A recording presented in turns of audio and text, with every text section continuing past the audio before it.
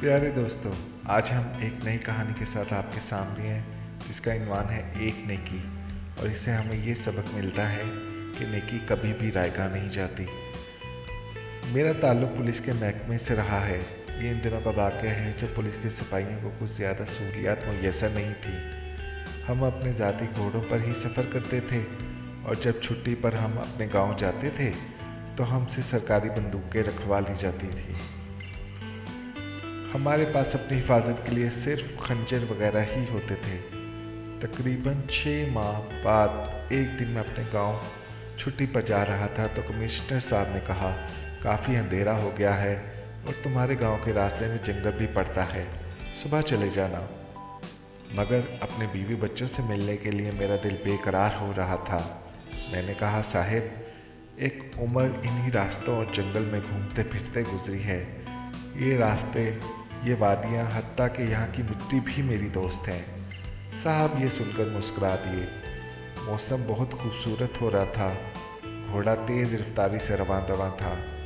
जंगल शुरू होते ही मैंने घोड़े की रफ्तार थोड़ी सी हल्की कर दी। इस जंगल से मेरी बहुत खूबसूरत यादें वाबस्ता थी। हालांकि ये जंगल मेरे गांव से काफ़ी फासले पर था, मगर बचपन में हम सारे दोस्त हर हफ्ते यहाँ आकर खूब शरारतें करते, नहर में नहाते और दरख्तों पर चढ़कर ताज़ा फल तोड़कर खाते थे। ये सब सोचकर मेरे चेहरे पर मुस्कुराहट आ गई। अचानक मुझे किसी बच्चे के खिलखिलाने की आवाज़ आई। मैं चूम गया और जल्दी से घोड़े को हल्की सी थपकी दी। पालतू जानवर अपने मालिक के इशारे समझते हैं। इसने भी दम साध लिया और हिनहिनाया नहीं। मैं खौफजदा होने के बजाय फौरन खोज में लग गया कि यह आवाज़ किस सिमत से आई है। कुछ फासले पर ही घनी झाड़ियों के पीछे से मुझे दोबारा बच्चे के हंसने की आवाज़ आई।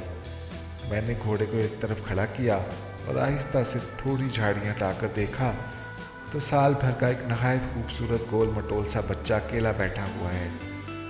अचानक एक दरख्त के पीछे से एक भेड़िया नमूदार हुआ। इसने अपनी थूथनी से बच्चे के गुदगुदी की तो बच्चा फिर खिलखिलाकर हंस पड़ा। भेड़िया भागकर फिर दरख्त के पीछे छुप गया। मैं मामला समझ गया। ये भेड़ियों की फितरत होती है कि जब वो किसी इंसानी बच्चे को खाने के लिए उठाकर लाते हैं तो पहले इसके साथ खूब खेलते हैं।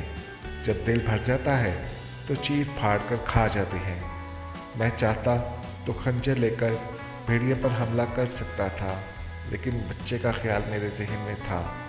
मैंने सोच लिया कि मुझे क्या करना चाहिए।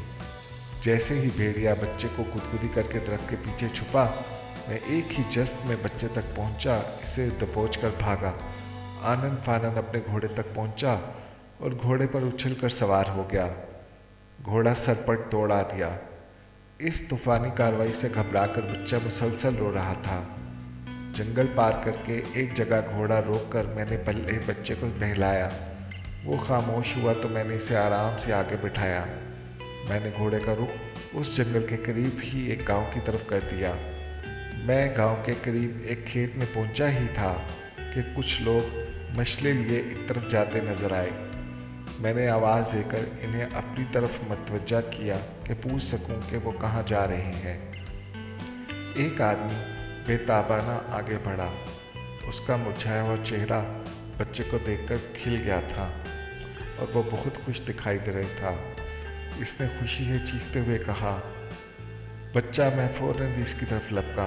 वो बच्चे को गोद में लेकर दीवाना वार इसको चूम रहा था। मैं घोड़े से उतर गया।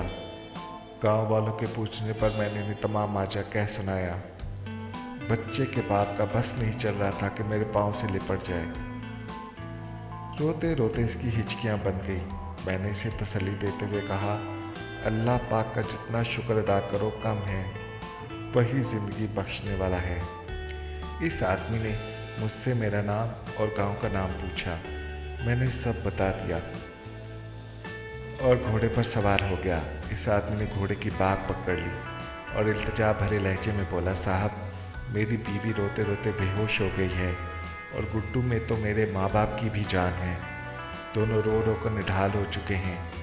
इन्हें जब पता चलेगा कि गुड्डू की जान बचाने वाला हमारा मोहसिन ऐसे ही चला गया तो वो बहुत नाराज़ होंगे।